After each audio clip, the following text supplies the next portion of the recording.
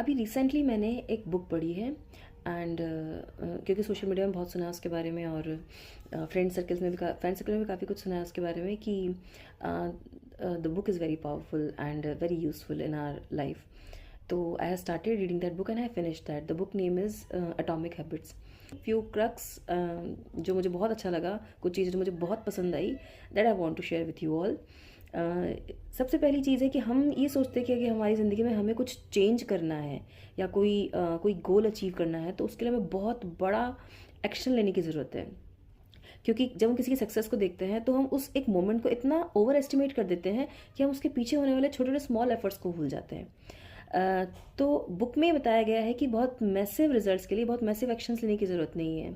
The action you have to take is only 1% improvement in your daily habits. जैसे weight lose करना है तो उसके लिए एक क्रैश डाइट करने की ज़रूरत नहीं है।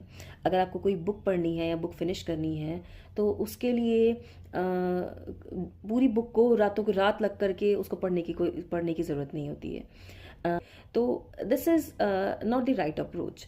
So the thing we can do is only 1% change in our daily habits. जैसे पैसा जब कंपाउंड होता है, उसके कंपाउंड इंटरेस्ट जब पैसे पे लगना शुरू होता है तो वो मल्टीप्लाई होता है बहुत जल्दी जल्दी। ऐसे ही जो हमारी हैबिट्स होती हैं ये हमारे सेल्फ इम्प्रूवमेंट का कंपाउंड इंटरेस्ट होती हैं।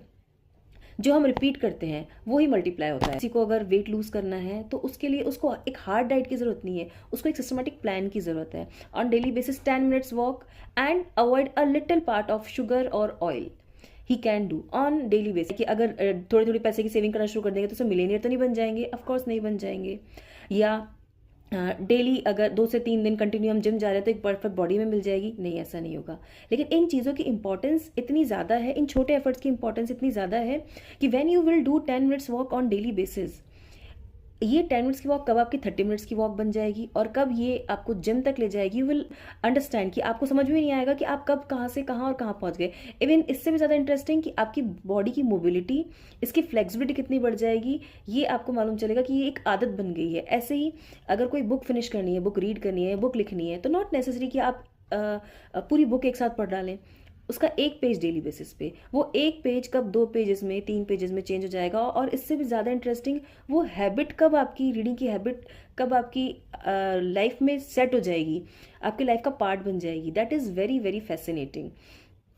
सो चेंजेस हैं, both side changes are there. 1% एक बहुत छोटे चेंजेस हैं कि हमें पता भी नहीं चलता, लेकिन the thing only thing is that कि इनसे स्टिक रहना बहुत मुश्किल है क्योंकि चेंजेस इतने छोटे